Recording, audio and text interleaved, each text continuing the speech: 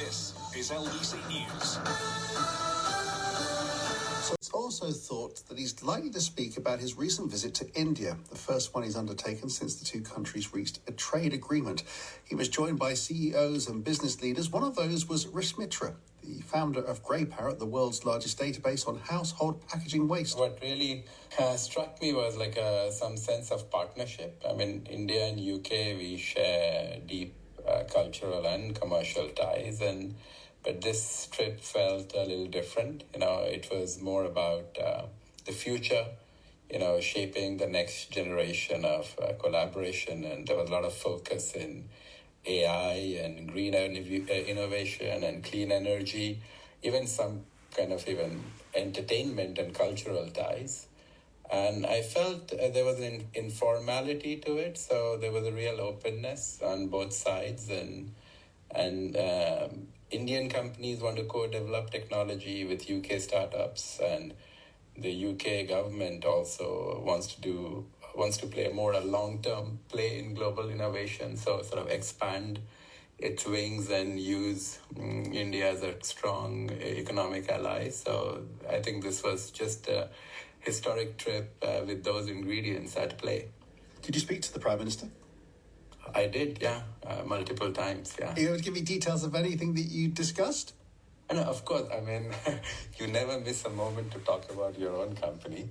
I was insisting on bringing more transparency and digitization of waste because, of course, waste is a big topic. Everybody knows about plastic waste and pollution and carbon footprint and climate crisis. Today, only 1% of waste is manually audited in the UK, and I was pushing for more transparency and more reforms on a policy level so that we can show up in meeting global standards, being a more recyclable economy, and think of our materials as assets and not just waste, and drive more local business in those grounds rather than having to import raw materials. And do you think, as the Prime Minister and as a tech innovator yourself, do you think he's got your back? He is certainly listening, and I would say something different is from the moment he came into the position of Prime Minister, he's been inviting a lot of the private sector, particularly younger companies, around the table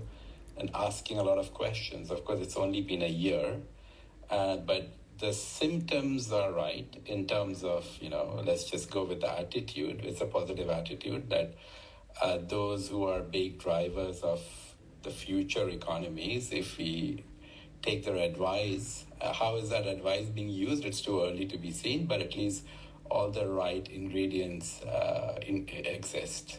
We've got the budget on the way. The economy, is slightly on the wobble. So what does the UK need to do to kind of fulfill, to realise the kind of things you've been saying to me? I would say the budget is a very macro thing, right? And then it impacts the different parts of the society very differently. But from a very entrepreneur's perspective, I would say policy stability above all. Entrepreneurs build for decades and not just election cycles. And uncertainty certainly kills momentum. So I think the government should protect and expand upon R&D incentives, especially for AI and more manufacturing and more climate tech development, which is it just not only protects the future in terms of employment and stuff, but also has a positive climate outcome, right, which we all want, not just profit. We should care about people and the planet. Also like to see more incentives around building things. Like sometimes we get carried away by software, and you must be thinking he's in AI, isn't it all software? But actually we sometimes forget the world is still very physical and it's very material led, and software is a very thin communications layer which drives some level of efficiency. So we should still encourage manufacturing related R&D.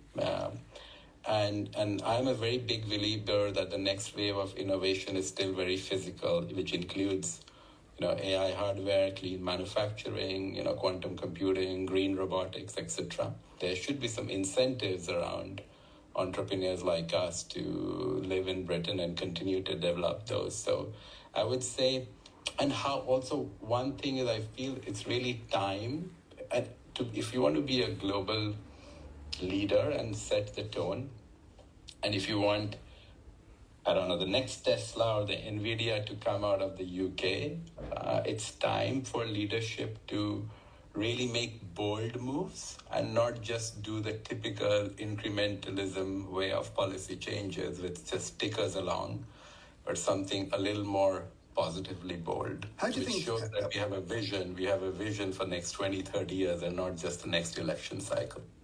The president of Germany